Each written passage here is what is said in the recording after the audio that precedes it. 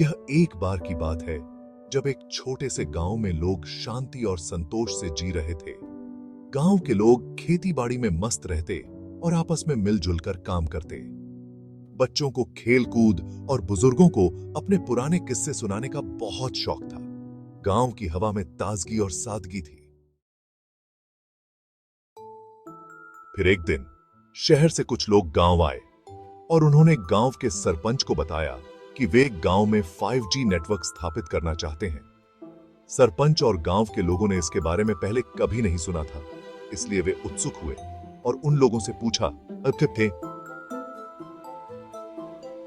कहा था, ये 5G क्या है? दे दी।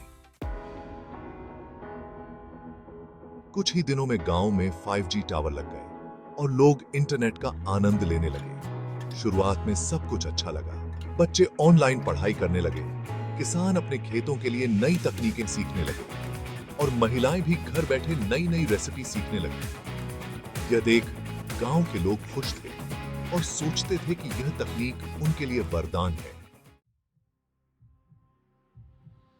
लेकिन कुछ ही महीनों में गांव में अजीब चीजें होने लगीं। लोगों के स्वास्थ्य में बदलाव आने लगा। कुछ लोगों को सिर दर्द, थकान और अनिद्रा जैसी समस्याएं होने लगीं। बच्चों का ध्यान पढ़ाई से हटने लगा और वे ज्यादा समय मोबाइल पर बिताने लगे। खेतों में भी उत्पादन घटने लगा और फसलें समय से पहले मुरझाने लगीं। गांव के एक बुजुर्ग, जिनका नाम रामदीन था, ने यह सब देखा और सोचा कि कहीं यह सब 5G नेटवर्क के कारण तो नहीं हो रहा। उन्होंने गांव के सरपंच से बात की और गांव के अन्य लोगों से भी चर्चा की। सभी ने महसूस किया कि 5G के आने के बाद ही यह सब समस्याएं शुरू हुई हैं।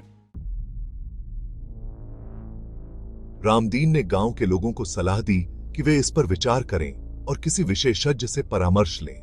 हमें इस मुद्दे पर गहराई से सोचना होगा और किसी विशेषज्ञ से परामर्श लेना चाहिए। गांव के लोग सरपंच के साथ मिलकर शहर के डॉक्टर और वैज्ञानिकों से मिले। 5G नेटवर्क की तरंगें इंसानों और पर्यावरण के लिए हानिकारक हो सकती हैं। लंबे समय तक इसके संपर्क में रहने से स्वास्थ्य पर बुरा असर पड़ सकता है। यह सुनकर गांव के लोग चिंतित हो गए। हमें अपने गांव से 5G टावर हटवाना होगा और अपने पुराने जीवन में लौट आना होगा। सरपंच ने शहर के अधिकारियों से बात की और उन्हें 5G टावर हटाने के लिए